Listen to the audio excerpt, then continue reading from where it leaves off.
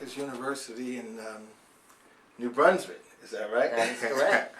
Hey, as you know, Rutgers is all over the place, Reverend. So today we're in New Brunswick. New Brunswick, because you have a campus in Cook campus, right? Is it Cook or? Well, it's the Cook campus. We have the Douglas campus. Okay. All of those here, Livingston and Bush.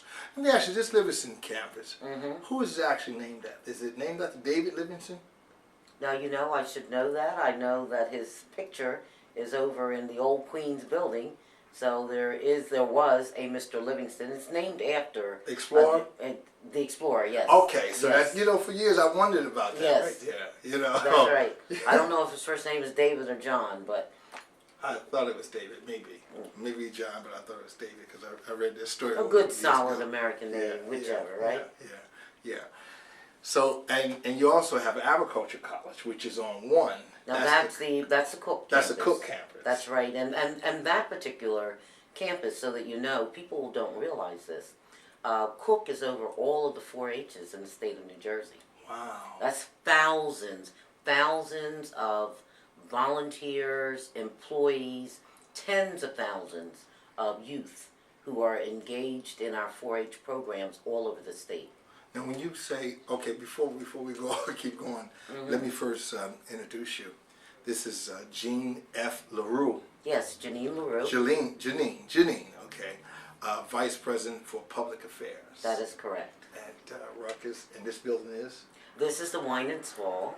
Hall. Right, and I actually have offices on all 3 of our campuses. Wow, okay. Because I'm physically engaged in all of our campuses. And then I have an office right across the street from the State House where I can watch those guys and gals over there.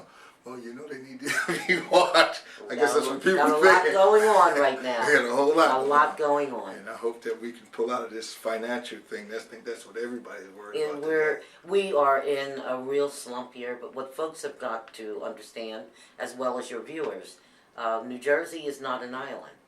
This is going on not just all over the country, but all over the world. Yes. And I know there were times that they wanted Governor Corzine to do it better and go faster. They'll want it from Governor-elect Christie, and they want it from our dear President Barack Obama. Sure. But the truth of the matter is we didn't get into this mess By overnight, right, sure. and we're not getting out of it That's overnight.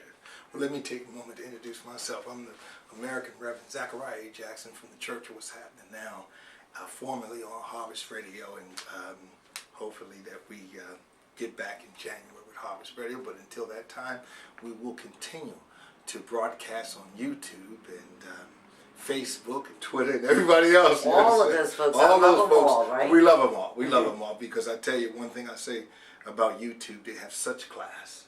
They really do. I mean, Facebook also thumbs up to both of you guys, and they are very kind. They work along with you, so God bless them and everything. Today we're going to talk about, I guess, student enrollment and just students staying the course in college. And again, you were at the other day, the 3 doctors. Yes. Yes. I tried to make it, but I couldn't get off. Oh, and you were missed. It was a wonderful event. In fact, I was right across the street. I was in Terminal A at the airport. Oh my goodness. Yeah, right. I could have just walked right under. Walked right over.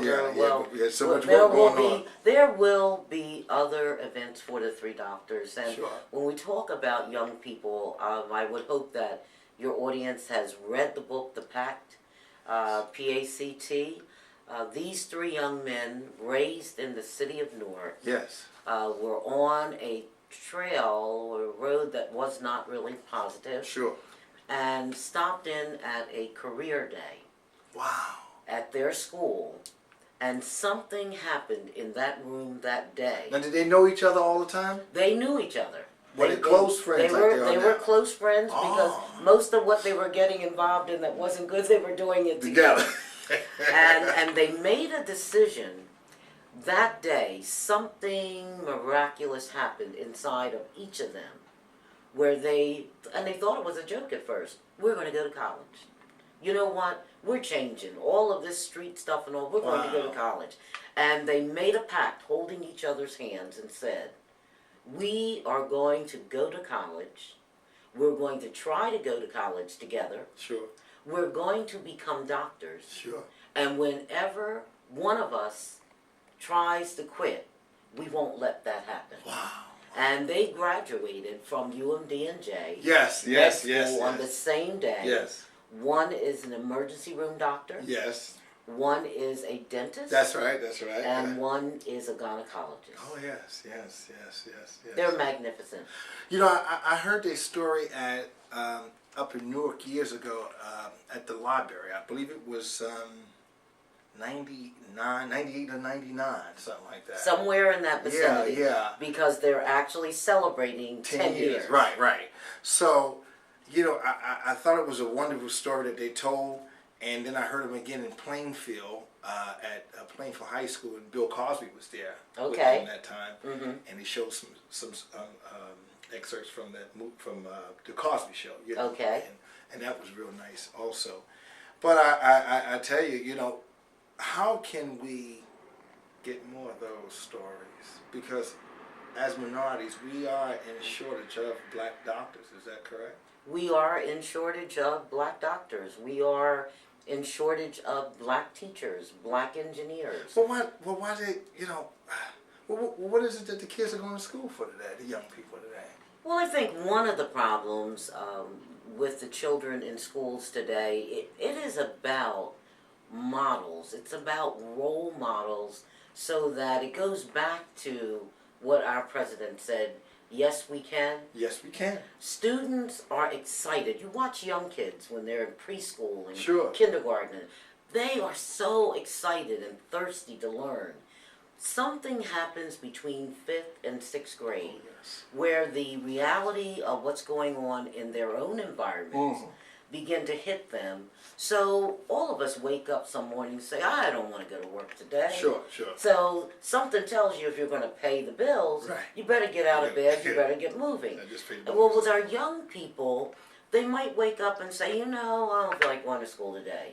If there's no one there who will say to them, you're going today, get out of bed, and I am monitoring what you're doing in the classroom, then it gets easier and easier and easier not to go from 6th to 7th to 8th grade, and then somewhere between 9th and 11th grade, our students just drop out. Some of them never officially quit school. They just stop in 10 to 20 times a year. Even though the state says in order for your year to count, you must be there 180 days. So they just drop in.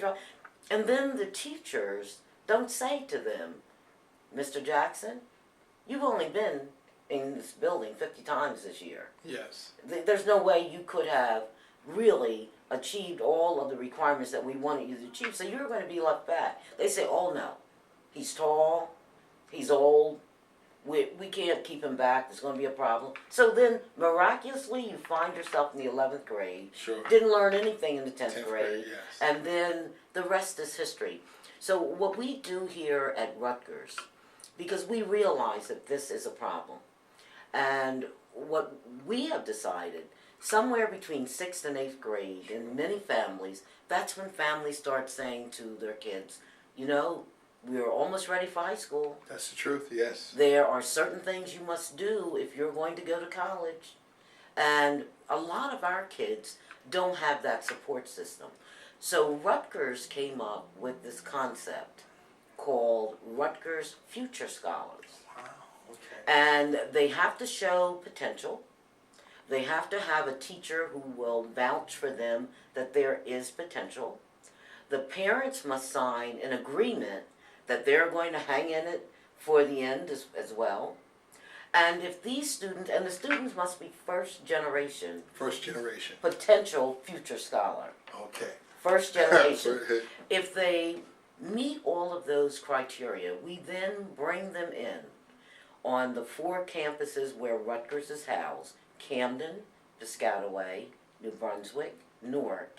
And we call them a Rutgers scholar. In fact, a huge Rutgers bus, huge, comes through their neighborhood, picks them up. Now, I like that. Right? I like so that. So you have neighbors looking, what's this big bus? Yes. And one little girl, and when I talk about this, one little girl said to her neighbors when they said, what's this big bus here? She said, they're coming for me. Well, let me pause for a minute as we get ready to go to a break, and we'll be back in about one moment. Absolutely. Thank you.